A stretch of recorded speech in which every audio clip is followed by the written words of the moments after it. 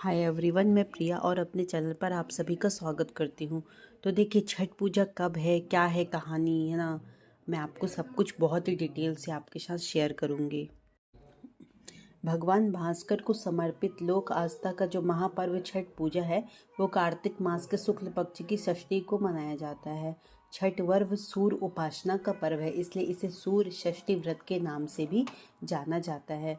कहते हैं भगवान भास्कर को समर्पित जो ये पर्व है, वो 4 दिनों का यह पर्व रहता है, जो चतुर्थी से शुरू होकर सप्तमी की सुबह उगते सूर्य को अर्घ देने के साथ खत्म होता है। इस साल ये 4 दिन मतलब ये 4 दिन तक ही चलता है मेन। बहुत पहले से उपासना रहने लगते हैं लोग। ऐसी मान्यता है कि इन दिनों में सूर्य देव और छठी मैया की आराधना करने से व्रती को सुख, सौभाग्य और समृद्धि की प्राप्ति होती है और उसकी सभी मनोकामनाएं भी पूरी होती हैं। कहते हैं षष्ठी देवी की पूजा से संतान को स्वास्थ्य, सफलता, दीर्घायु होने का आशीर्वाद भी मिलता है। मान्यताओं के अनुसार जो छठ है वो सूर्य की शक्तियों का मुख्य स्रोत उसकी पत्नी उषा और प्रत्युषा है। छठ में सूर्य के साथ साथ दोनों शक्तियों की संयुक्त आराधना होती है। यह धार्मिक ही नहीं, वैज्ञानिक महत्व का भी पर्व है, जो स्वच्छता के साथ प्रकृति को संरक्षित करने का संदेश देता है। अदरक, मूली, गाजर, हल्दी जैसे गुणकारी सब्जियों से अर्घ्य दिया जाता है, जो स्वास्थ्य के लिए लाभदायक है। प्रकृति के संरक्षण के साथ साथ पर्व के दौरान सूर्य की किरणों से हमारे शरीर को प्रचुर मात्रा में विटामिन डी मिलता है। गाय का घी, दीप पूरी रात जलाने से वातावरण शुद्ध होता है और हवन से जीवाणुओं का नाश होता है। देखिए, छठ पर्व से जुड़ी कई कहानी हैं। जैसे इस पर्व की प्राचीनतम का साहित्यिक स्रोत है वो महाभारत और रामायण के किंवदंतियों में मिलता है। वही पुरातात्विक साक्ष्य के रूप में जो मतलब कुषाण वंश के जो सिक्के रहते थे ना, वो सूर्य उपासना के साक्ष्य प्राप्त होते थे। मान्यता है कि जब पांडव जुए में अपना सारा राजपाट हार गए थे, तब द्रौपदी ने छठ व्रत रखा था और माना जाता है कि इस व्रत के प्रभाव से उनकी मनोकामना पूरी हुई। छठ की पौराणिक कथाओं का जो संबंध है वो रामायण से भी बताया जाता है। कहते हैं कि दशहरे के दिन रावण वध के बाद श्री राम ने 14 साल बाद अयोध्या लौटे थे और अयोध्या में दिवाली के छठे दिन सरयू नदी के तट पर अपनी पत्नी सीता के साथ षष्ठी व्रत रखकर डूबते सूर्य को अर्घ्य दिया था। इसके अगले दिन उगते सूर्य को अर्घ्य देने के बाद उनको राजपाट जो था वो संभाला था। राजा प्रियव्रत की एक अलग ही कहानी है। कहते हैं कि छठ पर्व का जो उल्लेख है वो ब्रह्म वैवर्त पुराण में भी मिलता है। कथा के अनुसार राजा प्रियव्रत को कोई संतान नहीं थी और इसी वजह से वे प्रायः दुखी रहते थे। तो महर्षि कश्यप ने राजा से पुत्र प्राप्ति के लिए यज्ञ करने को कहा। यज्ञ के बाद महारानी मालिनी ने एक पुत्र को जन्म दिया। दुर्भाग्य से वह शिशु मृत पैदा हो गया। राजा प्रियव्रत ने वह मृत बालक को देखकर शमशान में गए और सब छाती से चिपकाकर आंखों से आंसुओं की धारा बहने लगी। तभी आकाश से एक विमान उतरा और जिसमें माता षष्ठी विराजमान थी। राजा ने बालक को भूमि पर रख दिया और बड़े आदर के साथ उसकी पूजा और स्तुति की। तब उन्होंने अपना परिचय देते हुए कहा कि मैं ब्रह्मा की मानस पुत्री षष्ठी देवी हूँ।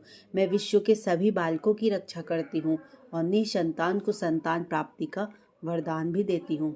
इसके बाद देवी षष्ठी ने उस बालक को उठा लिया और उसे फिर से जीवित कर दिया। अभी महाराज प्रियव्रत उस बालक की ओर देख ही रहे थे कि देवी उस बालक को लेकर आकाश में जाने को तैयार हो गई।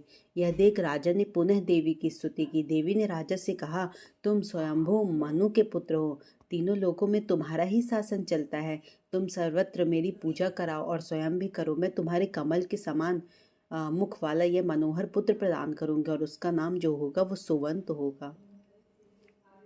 उत्तम वर देकर देवी स्वर्ग के लिए प्रस्थान कर गई और राजा भी प्रसन्न मंत्र होकर मंत्रियों के साथ अपने घर लौट आए।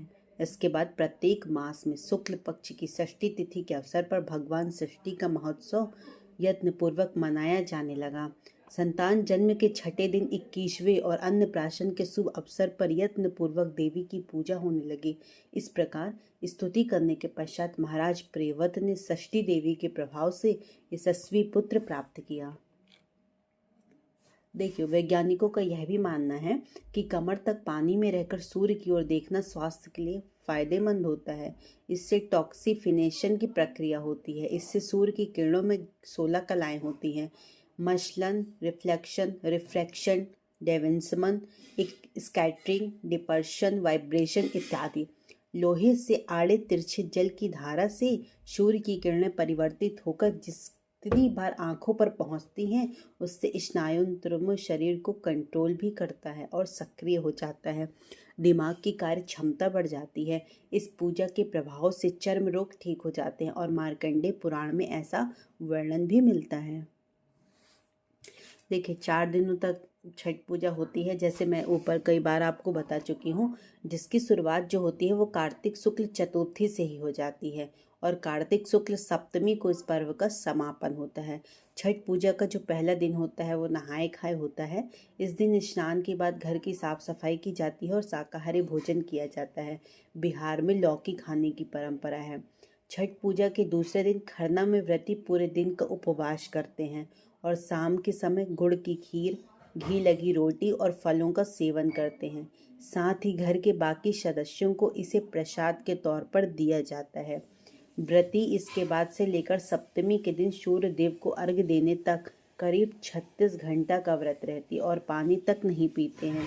तीसरे दिन यानी कार्तिक शुक्ल षष्ठी को संध्या के समय सूर्य देव को अर्घ्य दिया जाता है और बांस की टोकरी में फलों, ठेकुआ, चावल के लड्डू आदि को अर्घ्य का मतलब सूप दिया जाता है। सूप सजाया जाता है, आप देखते होंगे सूप में फल फूल ठेकुआ वगैरह सब कुछ सजाए रहते हैं।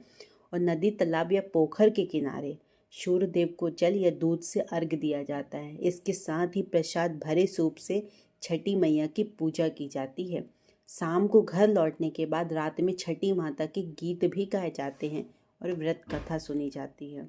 सप्तमी यानी चौथे दिन सुबह के समय सूर्योदय के पहले जल स्रोत के पास पहुंचकर उगते सूर्य को अर्घ्य दिया जाता है।